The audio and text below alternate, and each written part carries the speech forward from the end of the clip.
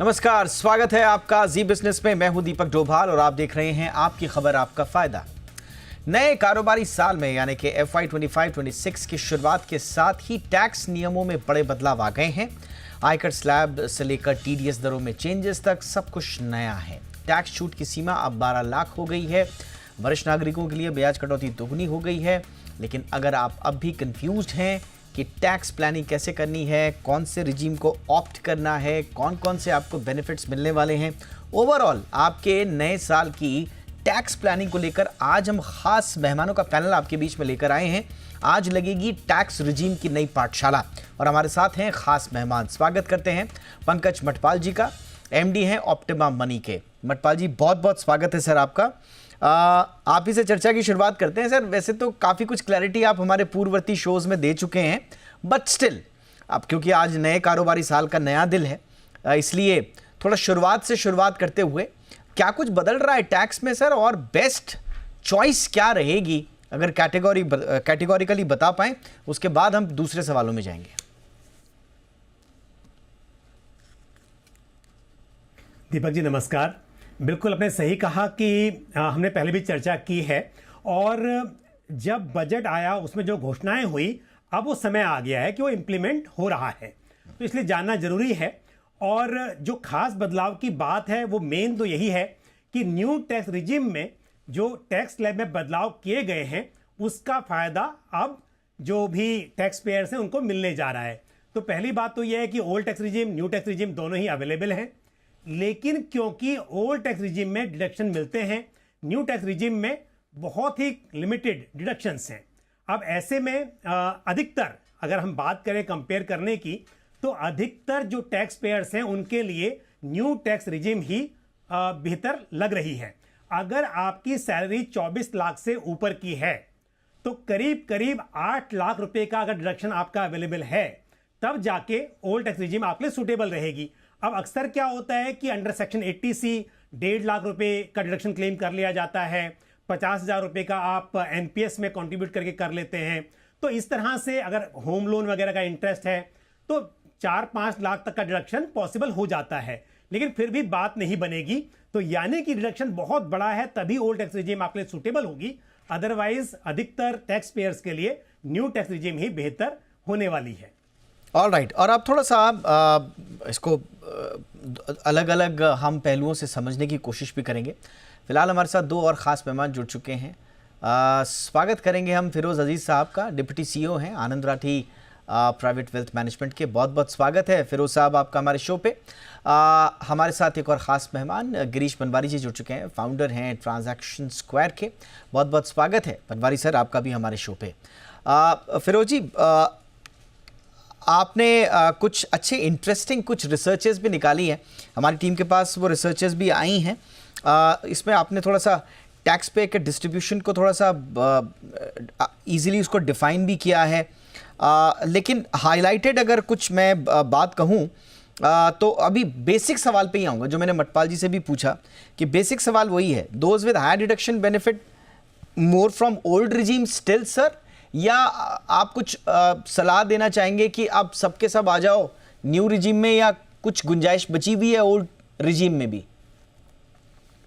दीपक sir, मेरे हिसाब से तो ओल्ड रिजीम में कुछ बचा ही नहीं है और ना कि बचने वाला है। हमेशा एक जिंदगी में don't swim against the tide. 2021 से टाइड किस दिशा में बहाव है वो तो पता ही है।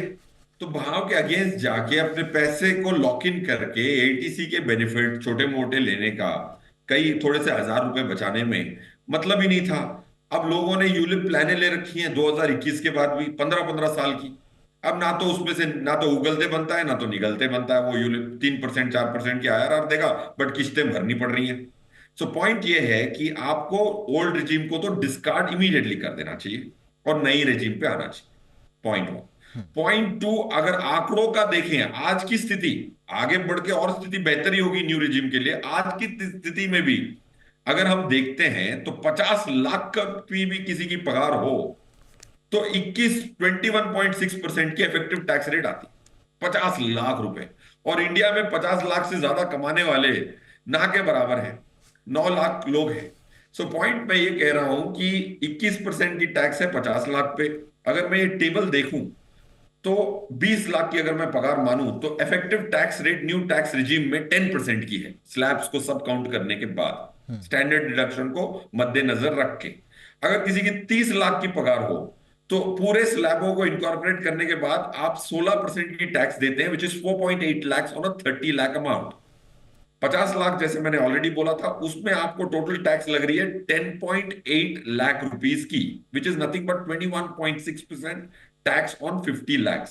और इंडिया की पर कैपिटा इनकम देखिए, 2-3 लाख रुपए की पर कैपिटा इनकम है साल की, और उससे 25-20 गुना ज्यादा आपकी टैक्स है 21%, और 10 गुना ज्यादा उसकी टैक्स है ऑलमोस्ट 10% की।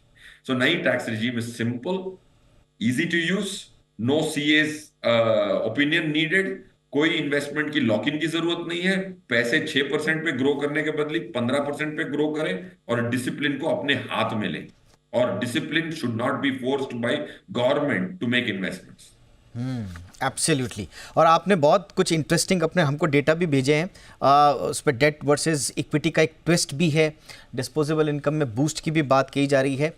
लेकिन जो प्रैक्टिकल टैक्स प्लानिंग टिप्स हैं उस पर भी हम आएंगे। बनवारी सर के पास हम जाएंगे। सर, नया कारोबारी साल शुरू हो गया है, तो वही सवाल कि जो प्रैक्टिकल जो टैक्स प्लानिंग है वो एक ख़ास तौर से मैं उन लोगों की बात करूंगा जो नौकरी पेशा लोग हैं। अब ऑफिसेस को भी बताना है अपने टैक्स प्लानिंग के हिसाब से, तो ज़रा बताएं सर, सजेस्ट करें कि क्या करना चाहिए। मुझे लगता है ये शब्द टैक्स प्लानिंग से मुझे बहुत डर लगता है। अच्छा। टैक्स प्लानिंग आप देखिए जो लास्ट ईयर हुआ, एचआरए के ऊपर अटैक भाई, रिसीव्स बराबर है कि नहीं, डोनेशंस के ऊपर नोटिस आए लोगों को, लोगों ने जिन्होंने बाहर प्रॉपर्टी लिया उनको नोटिस मिले, हाई वैल्यू ट्रांजैक्शंस पे स्क्रूटिनी हुई। तो आप देखेंगे टैक्स प्लानिंग एआई वर्ल्ड में टैक्स कंप्लायंस कहना चाहिए। टैक्स कंप्लाई कैसे करे, टाइम पे टैक्स कैसे भरे, दो रेजीम है, रेजीम ए रेजीम बी, क्या आपके लिए राइट है, कैसे राइटली चूज करें और बराबर से उसको कंप्लाई करें। सो मेरी सबसे पहली सलाह लोगों को है, जो भी हड़बड़ी में एंड ऑफ द ईयर कर चुके हैं अपने ट्रांजैक्शन, उसका एक बड़ा रिकॉर्ड बनाएं, ताकि जब भी रिटर्न फाइल करे, जब भी असेसमेंट्स हो, उनका डॉक्यूमेंटेशन बराबर रहे, ताकि दिक्कत कम रहे और एडजस्टमेंट्स बेकार में नहीं हो। सेकेंड, आगे चल के new regime old regime is a matter of computation. एक में डिडक्शन है, दूसरे में डिडक्शन नहीं है। आप अपना प्लान बनाइए अभी अपफ्रंट, क्योंकि आपको अपने एम्प्लॉयर को देना है कि आपका कौन सा रेजीम चलने वाला है। आपको एडवांस टैक्स भरना है अगर आप एम्प्लॉयमेंट में नहीं, तो प्लीज अपना इन्वेस्टमेंट प्लान बनाइए। देखिए कितना एटीसी होगा, कितना कितना बाकी डिडक्शंस होगा हाउसिंग लोन के लिए, एलटीए के लिए, एनपीएस या जो भी आप एचआरए देखते हैं, वो बेसिस पे बराबर से एस्टिमेट करें अपना डिक्लेरेशन और दे अपने एम्प्लॉयर को या एडवांस टैक्स में रखिए। सो सबके लिए आंसर एक नहीं होने वाला है। मोटा मोटा अगर एचआरए नहीं है, 20 लाख के नीचे अगर आप सब डिडक्शन क्लेम करते हैं तो ओल्ड रेजिम बेटर रहेगा। अगर एचआरए नहीं है, 20 लाख के ऊपर न्यू रेजिम ज्यादा सेंस करेगा। और 24-25 लाख के ऊपर अगर आपका एचआरए अमाउंट बड़ा नहीं है, तो 24-25 लाख के ऊपर क्लियरली न्यू रेजिम बेटर रहेगा। मोटा मोटा ऐसे रहेगा। पर हर आदमी को, हर इंसान को अपना एस्टिमेशन करना चाहिए, कंपेयर करना चाहिए, और प्लीज कुछ चतुरगिरी नहीं करना चाहिए, क्योंकि एआई वर्ल्ड में नहीं तो आपको तुरंत नोटिस आ जाएगा। सो टैक्स प्लानिंग नहीं, टैक्स कंप्लायंस राइट है, that is most important. Okay, this is very interesting. मैं पंकज जी अब आपके पास जाऊंगा। और अब देखिए, ओवरऑल अगर देखा जाए, ख़ासतौर से जो सैलरीड एम्प्लॉयज़ इंडिविजुअल्स हैं, आपसे पहले भी बात हुई है, फिरोज जी से भी बात हुई है इस पर, और बनवारी जी से भी बात हुई है, लगभग 1 लाख जो है पर ईयर का बचत हो रही है सैलरीड एम्प्लॉयज़ या सैलरीड इंडिविजुअल्स की। काफ़ी एक इंटरेस्टिंग फिरोज जी ने भी भेजा हुआ है एक इस पे कॉलम में, उन पे भी आऊँगा, लेकिन मैं आपसे भी थोड़ा समझना चाहूँगा कि ये 1 लाख रुपए का सदुपयोग हम कैसे करें। ये आ रहा है, इसको ऐसे ही चले जाने दें, इसका सदुपयोग कैसे हो। Best way to manage between spending and investing.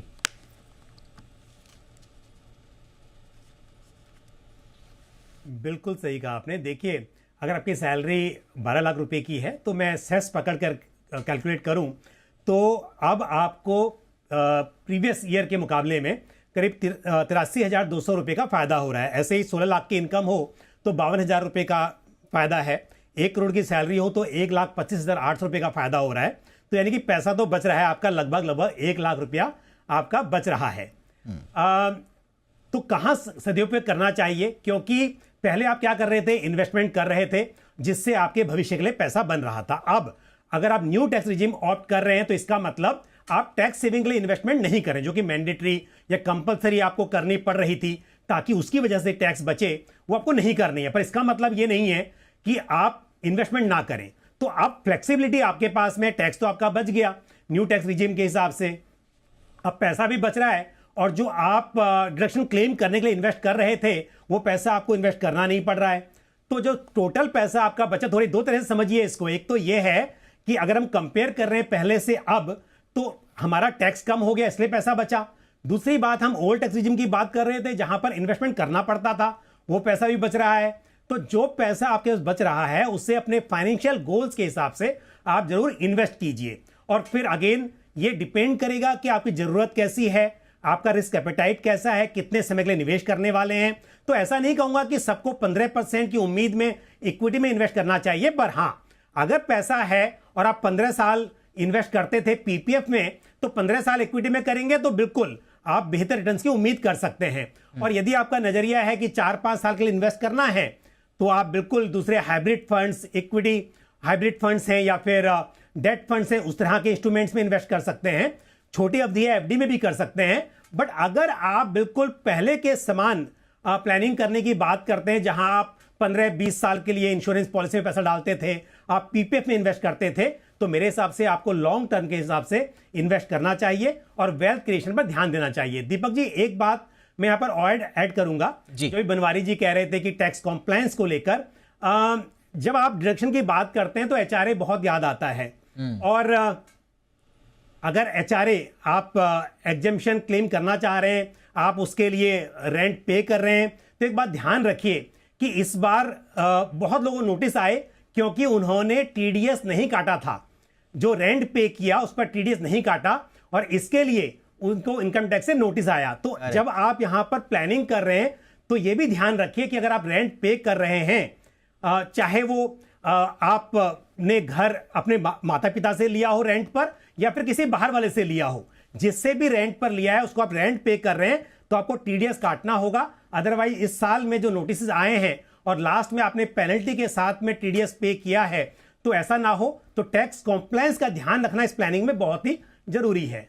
Absolutely. तो कंप्लायंस पर ध्यान देना, बिल्कुल आपने सही कहा। मेरे ख्याल से जब रेंट पर टीडीएस की जब से ये चर्चा शुरू हुई है, बहुत सारे लोगों को तो पता ही नहीं था कि वो रेंट पर टीडीएस भी देना होता है और उस वजह से अननेसेसरी वो कुछ प्रॉब्लम्स में आगे फंस न जाए, इसलिए चर्चा इस पे हुई है। तो मुझे लगता है कि लोगों में जागरूकता आई है। लेकिन thanks for raising this point, इसको भी ध्यान रखना ज़रूरी है क्योंकि आज से नई चीज़ें शुरू हो रही हैं। फिरोज जी, अब आएंगे उस एज ग्रुप में जो कि 25 से 40 साल का है, जिसकी मंथली जो डिस्पोजेबल इनकम है वो लगातार बढ़ रही है। आई मीन कुछ तो हाथ में आएगा उसके, अब वो उसको अच्छे से स्पेंड कर दे या फिर उसको इन्वेस्ट कर दे, इसका बीच का एक प्रैक्टिकल टैक्स प्लानिंग टिप आपकी तरफ से क्या होगी? देखिए, स्पेंडिंग और इन्वेस्टिंग, जो भी आपके पास डिस्पोजेबल इनकम आती है, 2 सोर्सेस से डिस्पोजेबल इनकम आती है आपको। हर साल आप मेहनत करते हैं, आपकी आय बढ़ती है। इंडिया में ग्रोथ रेट अगर मैं देखूं कॉर्पोरेट वर्ल्ड की, 7 से 8% की ग्रोथ ऑलमोस्ट ईयरली मिलती है। That's one source of increased income. दूसरा, टैक्स घट जाए और आपके जेब में ज्यादा पैसे बच जाए। दोनों ही फिराक में, दोनों ही सिचुएशंस में मेरे हिसाब से तो आपको हमेशा पैसे बचाने के बाद जो बचते हैं उसका खर्च करना। तो अगर आपको ऑलरेडी जो टैक्स रिबेट मिल रही है तो आपकी एक्सपेंस बढ़ाने का तो सवाल ही नहीं उठता। और आपको अपने इन्वेस्टमेंट्स करने चाहिए। जो हाथ में डिस्पोजेबल मिलती है, आपकी इकोनॉमी को बढ़त करने की आपकी तो जिम्मेवारी नहीं है। आपको अपने परिवार की फ्यूचर की सुरक्षा आपकी जिम्मेवारी है। If you are the bread winner for the family, अब इकोनॉमी को प्रोपेल करने के लिए आप कंजम्पशन करेंगे, बिजनेसेस को प्रोपेल करने के लिए कंजम्पशन करेंगे, दैट्स नॉट योर रिस्पॉन्सिबिलिटी। जहां मैं लोगों से मिल रहा हूं और रेशियो देख रहा हूं, ये तो we are the business. Feroz ji ये बात तो दिल तोड़ देगी मैडम का। आई मीन उन्होंने तो पूरा का पूरा ये गणित लगाया है कि लोग स्पेंड करें, कंजम्पशन बढ़े और फिर इकोनॉमी को बूस्ट हो। बट हाँ, आप प्रैक्टिकल टिप दे रहे हैं, या please go ahead. Yes yes of course, सही कह रहे हैं। बट देखिए क्या है ना दीपक सर, जो एक्चुअल 1 लाख करोड़ की जो टैक्स रिबेट मिली है, वो एक्चुअली इसीलिए कम है क्योंकि बहुत सारे लोग ऑलरेडी न्यू टैक्स रिजिम में आ चुके हैं। सही बात है। देखिए कंजम्पशन की बढ़त होगी तो थोड़े सेक्टर्स की बढ़त होगी। अगर रिस्क कैपिटल जाएगा इन्वेस्टमेंट में तो कैपिटल एक्सपेंडिचर प्राइवेट सेक्टर नहीं कर रहा है, तो आज की डेट में कहीं ना कहीं इकोनॉमी को फायदा हो ही जाता है अगर आप रिस्क कैपिटल लाते हैं सिस्टम में। इंडिया के 935 लाख करोड़ में से रिस्क कैपिटल है सिर्फ सिर्फ 6% का, और एक्विटी इन्वेस्टमेंट सिर्फ 6% है। 90% इन्वेस्टमेंट डेट, गोल्ड और रियल एस्टेट में। तो जो मोस्ट प्रोडक्टिव एसेट्स हैं इंडियन हाउस होल्ड्स के पास नहीं है। So coming back to the point, मेरे हिसाब से आपको कंजम्पशन की चिंता ना करें। आप जितना अपने आप को हाथ रोकेंगे खर्च करने में, इतनी सारी मार्केटिंग एक्टिविटी आपके अराउंड है कि आपके खर्च तो बढ़ी जाएंगे, महंगाई भी कुछ मात दे ही देगी आपको। सो प्लीज अपना झुकाव इन्वेस्टमेंट की तरफ रखिए। पॉइंट 2, देखिए आपको आगे चलते हुए नई टैक्स रिजिम में एक जरूर ध्यान रखना है कि आपको अपने इन्वेस्टमेंट्स को दूसरी फाइलों में रखना है। ये बहुत इंपॉर्टेंट टिप है दीपक सर, ऑफ कोर्स इस पे ज्यादा चर्चा कर सकते हैं, बट अब देखिए अगर आपकी 10 लाख की पगार हो और आपने 3 लाख की कैपिटल गेन बुक कर दी, तो आपकी रिबेट जो थी वो रिबेट चली जाएगी आपकी, और आपकी टैक्स ज्यादा बढ़ जाएगी। सो आइडियली आपको एचयूएफ को नया लाइफ मिला है, प्राइवेट ट्रस्ट को नया लाइफ मिला है। मेजर चाइल्ड के नाम पे इन्वेस्टमेंट करें या स्पाउस की कमाई नहीं हो उसके नाम पे इन्वेस्टमेंट्स को सैलरी, ब्रेड विनर की सैलरी से सेपरेट करना इंपॉर्टेंट है। मेरे हिसाब से क्लबिंग प्रोविजंस देखना चाहिए, सेक्शन 56, 64 इंपॉर्टेंट है, but be very careful when you are booking capital gains. आपकी tax on salary can get impacted. नहीं, आपने बहुत इंपॉर्टेंट जो पहलू है वो छेड़ा, एचयूएफ और फैमिली टैक्स सेविंग्स का। मैं आऊँगा इसमें कि कैसे एचयूएफ और मेजर चिल्ड्रन को डेट म्यूचुअल फंड्स गिफ्ट करके टैक्स रेट में ज़बरदस्त गिरावट की जा सकती है। थोड़ा सा इस पे भी आऊँगा, मैं स्पेसिफिकली इस पे बात करूँगा फिरोज जी से, बाकी मेहमानों से भी। एक छोटे से ब्रेक के लिए मैं रुक रहा हूँ, कुछ नई इंटरेस्टिंग चीज़ें लेकर हम हाजिर हो रहे हैं एक छोटे से ब्रेक के उस पार। देखते रहिए आपकी खबर आपका फ़ायदा।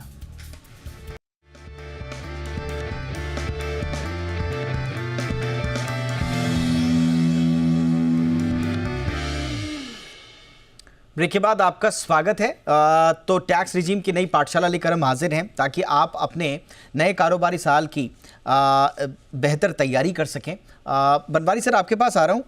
हम जो अभी बात जो चली रही थी बिल्कुल प्रैक्टिकल बात है, और लोग भी इस बात की तैयारी कर रहे हैं कि साहब थोड़ा सा डिस्पोजेबल इनकम में बूस्ट तो जो आया है, अब उसको जो थोड़ा जो मिड एज ग्रुप है 35 से 45 वाला है, वो स्वाभाविक रूप से थोड़ा सा सोचेगा, जैसे कि हमारे बाकी पैनलिस्ट ने भी सजेस्ट किया कि आप इन्वेस्टमेंट की तरफ जाएं। लेकिन जो यंगर जनरेशन वाला ग्रुप है वो सोचेगा कि हम थोड़ा सा इसको खर्च कर दें, थोड़ा सा ज़िंदगी जी लें, ज़िंदगी मिलेगी ना दोबारा टाइप मामला हो जाएगा।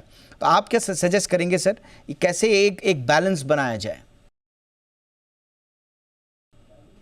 जो भी लोगों से मैं बात करता हूँ, लोग 3 तरीके से देखते हैं इसको। पहला, बहुत लोग अभी घर के बारे में भी सोच रहे हैं, क्योंकि घर की किस्तें बढ़ जाती है, टेक होम सैलरी बढ़ जाती है, लोन बढ़ जाता है, तो हाउसिंग डिमांड तो बढ़ेगी इससे। आप हाउसिंग को इन्वेस्टमेंट गिन सकते हैं, हाउसिंग को खर्चा गिन सकते हैं। मेरे लिए हाउसिंग बूस्ट करता है पूरी इकोनॉमी को।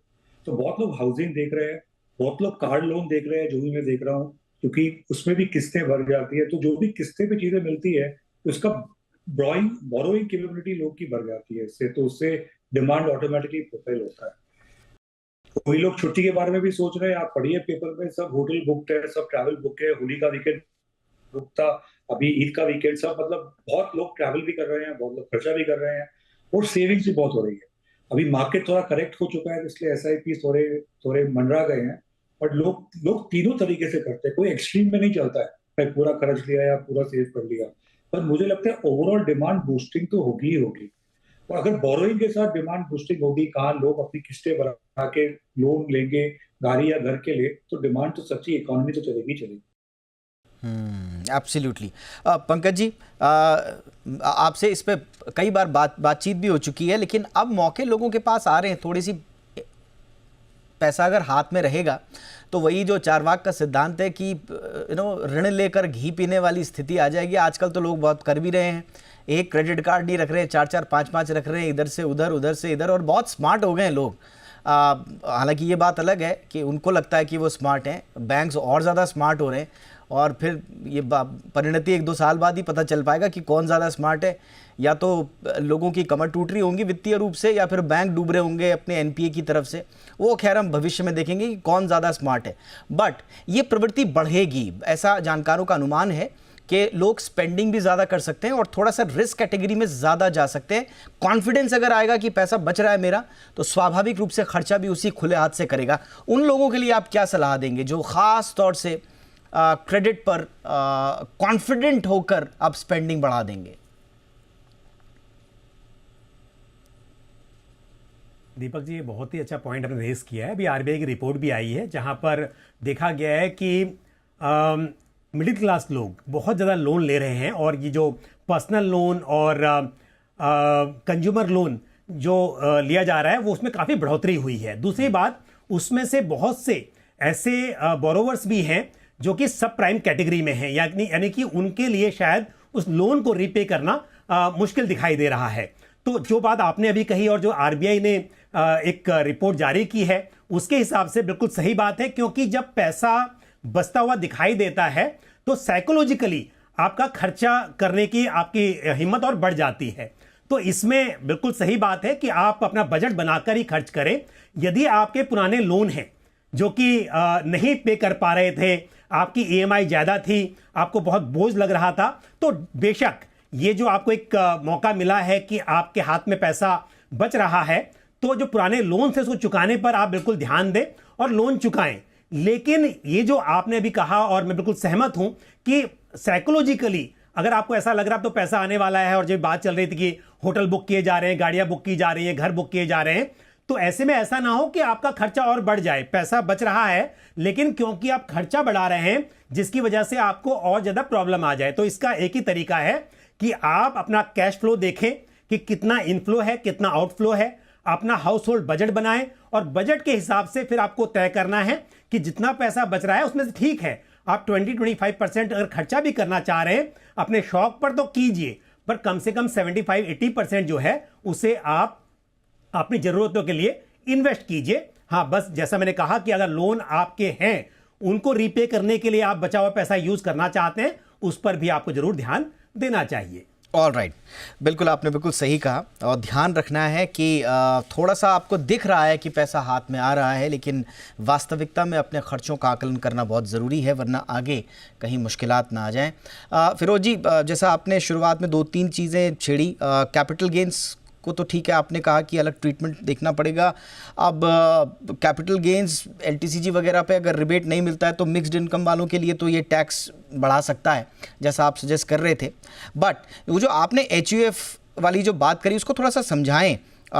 एचयूएफ और मेजर चिल्ड्रन को का वो किस तरह से आप समझाना चाह रहे थे? डेट म्यूचुअल फंड गिफ्ट करके जो टैक्स रेट गिराया जा सकता है, कम किया जा सकता है, उसकी गणित क्या है, ज़रा समझाइए सर।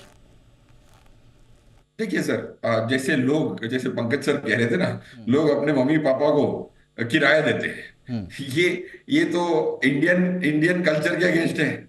मम्मी पापा किससे पैसे ले लें किराए पे, ऐसा तो हो नहीं सकता। तो ये जो है हम अपनी सैलरी को ट्रांसफर कर रहे हैं किसी और की फाइल में। तो वो करना मेरे हिसाब से, जैसे कहा गया शो में, दैट्स नॉट, सिद्धांतों पे कंप्लायंट नहीं है। कमिंग बैक, अगर समझो कि मैं एक उदाहरण देता हूं, एक परिवार है जिनमें एक ही सदस्य कमाता है, जो मेल है वो कमाते हैं, स्पाउस नहीं कमाते, और उनके 2 बच्चे हैं, दोनों मेजर हैं, वो अभी 18 साल के 19 साल के हैं, पढ़ाई कर रहे हैं, उनकी भी कमाई नहीं है। एक्चुअली वो जो इंसान है मिस्टर एक्स, मैं कहूंगा उनको, उन्होंने चारों के पोर्टफोलियो में इन्वेस्टमेंट्स थोड़े थोड़े हैं।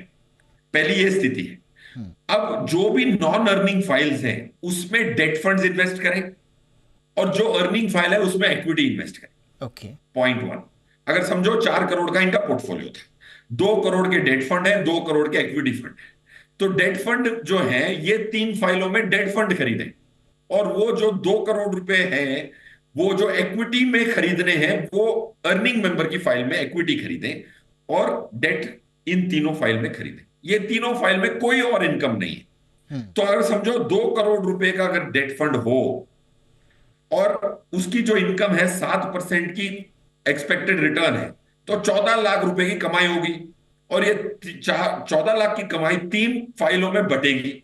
ये तीनों फाइल में 14 लाख की कमाई पे टैक्स कितना है? 0 है। तो इस मैकेनिज्म से इनकी इक्विटी की टैक्सेस कम, डेट की टैक्सेशन हो गई। फॉर एग्जाम्पल इसमें तो सरल था क्योंकि पोर्टफोलियो, चारों पोर्टफोलियो में थोड़ा थोड़ा पैसा बटा हुआ। समझो कि पूरे 4 करोड़ रुपया इस मिस्टर एक्स के पोर्टफोलियो में ही था, तो दोनों मेजर चिल्ड्रन को कोई क्लबिंग प्रोविजन एप्लीकेबल नहीं है। स्पाउस के प्रति क्लबिंग प्रोविजन है। तो गिफ्ट आपको 1 करोड़ का डेट फंड एक बच्चे को गिफ्ट करना है, दूसरा 1 करोड़ का डेट फंड दूसरे बच्चे को गिफ्ट करना है। अगर ये मेजर है तो ये क्लबिंग प्रोविजन एप्लीकेबल नहीं है। राइट। अब ये 1 करोड़ की इन्वेस्टमेंट जो एक बच्चे के नाम पे है उस पे 7 लाख की गेन आएगी, दूसरे बच्चे के नाम पे 7 लाख की गेन आएगी। अगर ये गेन हर साल आप बुक करते जाएंगे तो ये दोनों 7 लाख पे टैक्स कितना है? 0। अब अगर ये गिफ्टिंग करने से टैक्स 0 हो सकता है, तो ये भाई साहब जिनकी पगार 1.5 करोड़ रुपया है उनकी टैक्स स्लैब है 30% प्लस प्लस। तो 30% की टैक्स से सीधे ये गिफ्ट करने से उनके 4.25 लाख रुपए बचे थे इस परिवार। तो इससे आप अपनी करंट स्थिति का ये उदाहरण को एक्सट्रापोलेट करके देखें। इंडिया में अगर आपके पास परिवार में 4 सदस्य हैं, 2 मेजर चिल्ड्रन हैं, एक एचयूएफ है, तो 3 करोड़ तक की एफडी या डेट फंड में अगर आप ठीक से इन्वेस्टमेंट करेंगे, right instruments in right files, तो आप 0 टैक्स पे भी निकल सकते हैं। ये पॉइंट अच्छे से समझ पाए होंगे, आपने डिटेल में समझा दिया। इसके अलावा भी बहुत सारी ऐसी बातें हैं जो समय के साथ साथ आपको समझ में आएंगी, लेकिन आज हमने शुरुआत कर दी है पहले दिन से, और समय समय पर हम आपके लिए टैक्स प्लानिंग के लिए इस तरह के टिप्स लेते रहेंगे। बहुत बहुत शुक्रिया Firoz ji, Pankaj ji, Panwari sir, thank you so much आप तीनों का। शो में इतना ही, अपना ध्यान रखिएगा। नमस्कार।